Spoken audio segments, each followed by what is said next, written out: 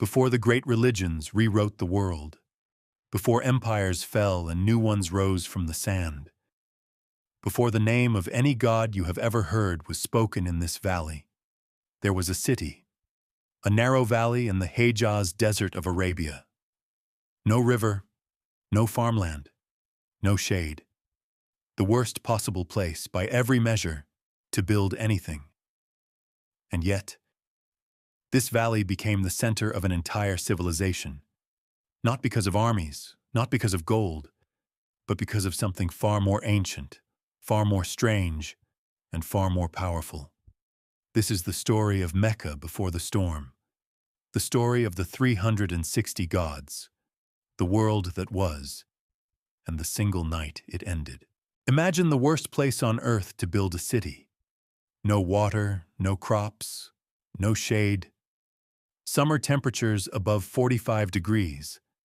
A narrow valley carved between two volcanic mountain ranges, in the middle of one of the most hostile environments the planet has ever produced. And yet, this valley became the most important city in all of Arabia. The story of how it began is as old as memory. A woman and her infant, alone in this valley, dying of thirst. She ran between two hills, the hills we now call Safa and Marwa, 7 times, searching for any sign of water. And then, from the cracked earth near her child's feet, water. In the middle of the desert. Word traveled the way it always travels when water appears in a waterless land, fast and far. A tribe called the Jurhum followed the birds circling the sky above the valley. Birds circle water.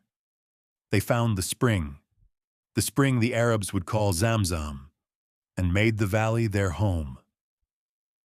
And just like that, a city was born.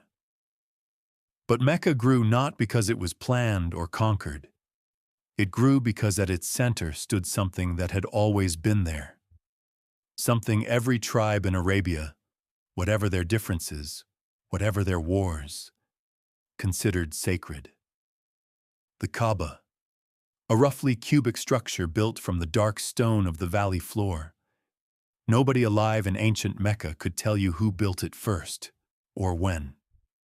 It had simply always been there, and embedded in its eastern corner, a smooth, dark stone, reddish-black, unlike any rock in the surrounding mountains, that people touched when they passed, circled when they prayed, and wept beside when their grief was too large for words. Step inside the Kaaba, not as it is today, as it was.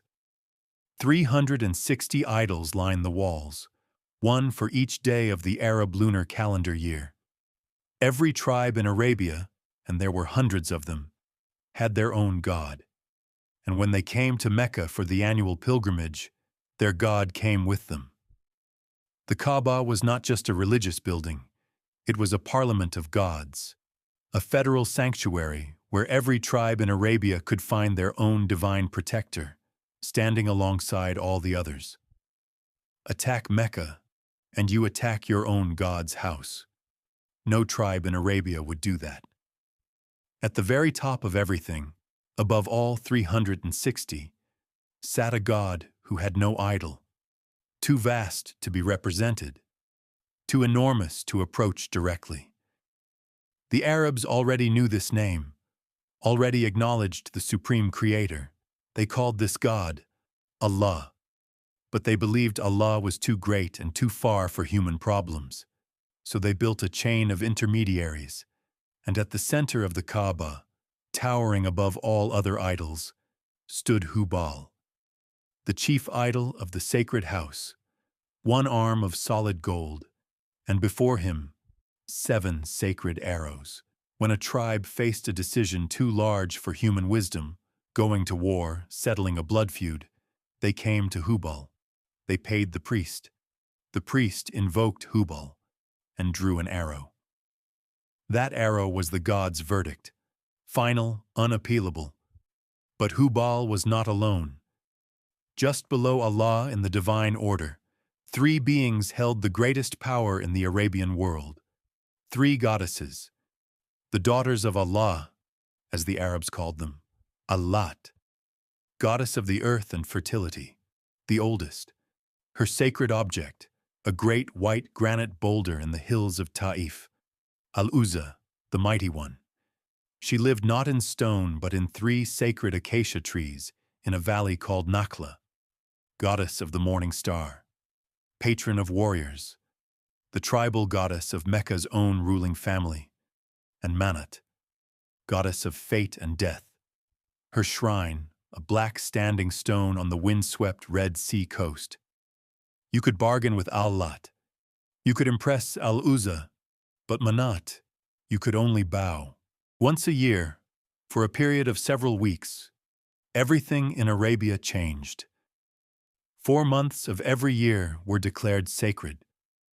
During these months, a single law overrode every tribal law, every blood debt, every generation of hatred. No war. A man could walk past the killer of his brother and could not touch him, because the gods demanded it. And in that pause, Arabia walked to Mecca.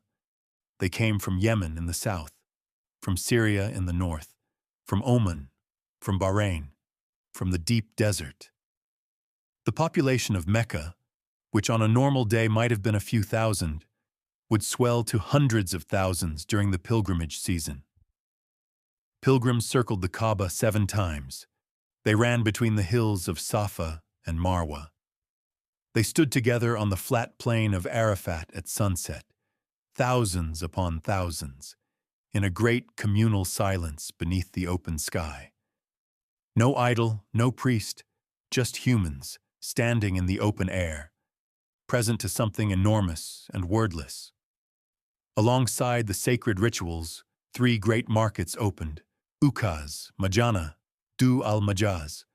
Merchants from across the known world came: Indian spices, Syrian silk, Yemeni frankincense. And between the trading stalls, the poets competed. The greatest poets of Arabia gathered to perform. A poet who won acclaim at Ukaz was famous for life. His tribe's reputation soared. His words spread across the peninsula, carried in human memory, recited around campfires from the Red Sea to the Gulf. Mecca was the only thing that held Arabia together. Not a king, not an army, a city, a Kaaba, and 360 gods, 630 CE. For decades, a movement had been growing, a voice, a message, that all of it. The 360, the 3 daughters, the divination arrows, all of it was wrong. That there was only one God, that the wall of idols was not a parliament of divine power. It was a wall of stone. The Quraysh, who had built their entire civilization on the machine of the 360, looked up one night at the hills surrounding their city and saw fire. 10,000 campfires, on every ridge, on every hillside, in every direction. An army. The Quraysh, who had never surrendered to anyone in their history, opened the gates. 10,000 men walked into the city, almost without blood. He entered the Kaaba. He pointed at the first idol and said, "Truth has come, and falsehood has perished." The idols fell, one by one, then another, then another.